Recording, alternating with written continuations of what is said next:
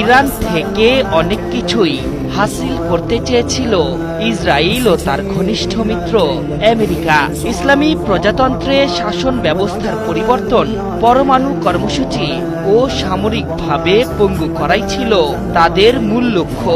সর্বশক্তি দিয়েও সেই লক্ষ্যে তো পৌঁছাতে পারেনি, উল্টো নিজেদের মান মর্যাদা সব হারিয়েছে দখলদার ইসরায়েল। ইরানের কাছে তুলোধুনো হওয়ার পর সেই আক্রোশ মেটাতে গাজায় ফের হত্যাযজ্ঞে মেতেছেন নেতানিয়াহু। ত্রাণ সহায়তার নামে প্রতিদিনই শত শত মানুষ হত্যা করছে তার সেনারা। বিশ্লেষকদের মতে ইরানের ব্যর্থতা ও অপমান ঢাকতেই গাজার নিরস্ত্র মানুষদের সহজ টার্গেট বানিয়ে চাপা প্রতিশোধ নিচ্ছে দখলদার সেনারা। শেকড় থেকে শিখরে এই সহিংসতা এবং আক্রমণের ধারাকে নেতানিয়াহুর রাজনৈতিক ব্যর্থতার পরিণতি হিসেবেই দেখছেন বিশ্লেষকরা। তাদের মতে ইরানের মিসাইল প্রতিরোধে ব্যর্থ, যুক্তরাষ্ট্রের ছায়াতলে যুদ্ধবিরতির অনুমোদন এবং অভ্যন্তরীণ রাজনীতিতে চাপ সব মিলিয়ে নেতানিয়াহুর নেতৃত্ব প্রশ্নবিদ্ধ হয়েছে। আর সেই চাপ থেকে মুক্তি পেতেই গাজাকে বেছে নিয়েছেন তিনি, যেখানে সামরিক ঝুঁকি নেই, আন্তর্জাতিক প্রতিরোধও খুব কম।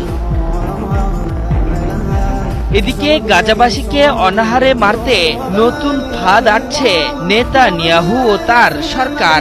বুধবার এক যৌথ বিবৃতিতে প্রধানমন্ত্রী ও তার প্রতিরক্ষা মন্ত্রী ইসরায়েল কাজ বলেছেন, উত্তর গাজা উপত্যকায় মানবিক ত্রাণের নিয়ন্ত্রণ নিচ্ছে প্রতিরোধ যোদ্ধারা, পাশাপাশি গাজার বেসামরিক নাগরিকদের কাছ থেকে তা চুরিও করছে। এসব বন্ধে আগামী ৪৮ ঘন্টার মধ্যে দখলদার সেনাদের নির্দেশ দিয়েছেন তারা। পবিত্র ভূখণ্ডে নির্যাতিতদের ত্রাণ সহায়তা দিয়ে আসছে গাজা হিউম্যানিটারিয়ান ফাউন্ডেশন। তবে ক্ষুধা পেটে নিয়ে এই ত্রাণ কেন্দ্রে এলেই ঝরে পড়ছে নিষ্পাপ প্রাণগুলো, কেননা এই ত্রাণ কেন্দ্রগুলোর আশপাশেই পাতা হয়েছে মৃত্যু ফাঁদ। ইতোমধ্যেই জাতিসংঘের শরণার্থী সংস্থা এসব সহায়তা পয়েন্টকে মৃত্যু ফাঁদ বলে আখ্যা দিয়েছে। জাতিসংঘের মুখপাত্র স্টেফান ডুজারিক বলছেন, এ ধরনের সহায়তা ব্যবস্থা মানবিকতার ন্যূনতম মানদণ্ডেও পড়ে না।